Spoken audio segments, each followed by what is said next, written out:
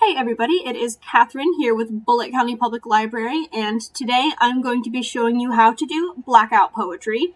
So if you haven't ever heard of blackout poetry before, it's a little bit of a combination between art and writing that you can do and display in your home, and you can do it with things that you can find just around your house.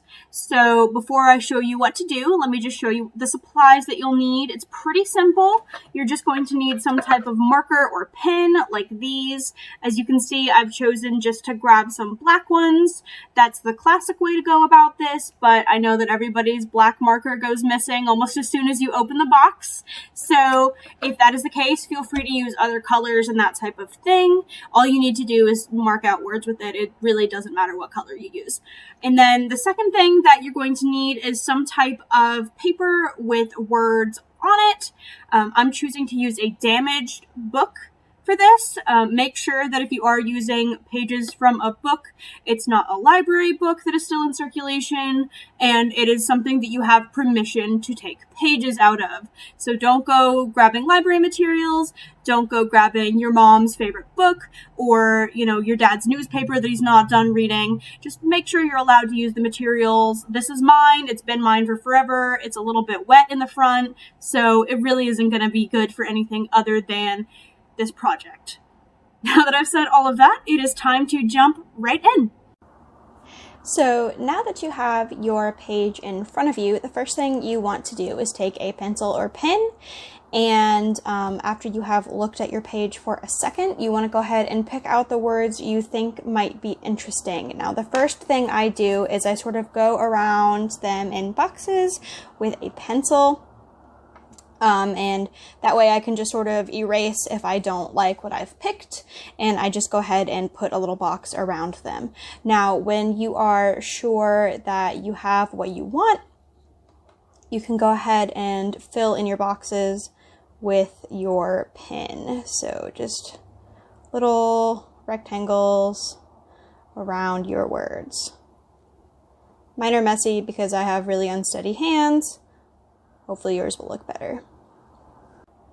Okay, so this next part, after you have sort of gone around all of your words in a little box, this is the part that makes it actually blackout poetry.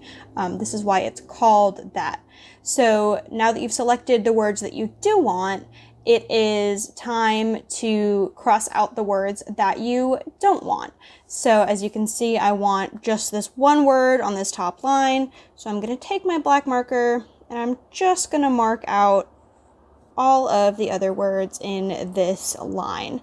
And so you just keep going, just sort of marking out anything you don't want, making sure that only the words you want are showing up. So you can do this for the whole page. So this is what it will look like when you are done marking out all the words. It is perfectly fine to leave it like this if you want. If the sort of spaces in here bother you, like they do some people, you can go ahead and fill them in like this. If you really get the hang of it, you can also start using different colors, or you can try to get sort of artistic with it. So I tried to make this one look sort of like a galaxy. I don't know if that actually worked, but maybe it is a little bit more interesting looking than these other ones. The only thing that happens when you tend to color in a little bit more of the page is that the marker does make the paper curl up. To fix that, you can just put it down under a book and let it rest there for a while, and it will eventually flatten itself back out. Okay, that is it, and you are done with your very own blackout poem. So just for fun, I'm going to go ahead and read you the example poem I demonstrated for you all today. This is it. Premonitions, populated by apprehensions and the lights below. Empathetic thoughts foreign and attention waiting for a moment away from the cloud of smoke ascending from the morning sun. All right, I hope everybody had fun, and feel free to post pictures of your very own poem in the comments below this video. Enjoy.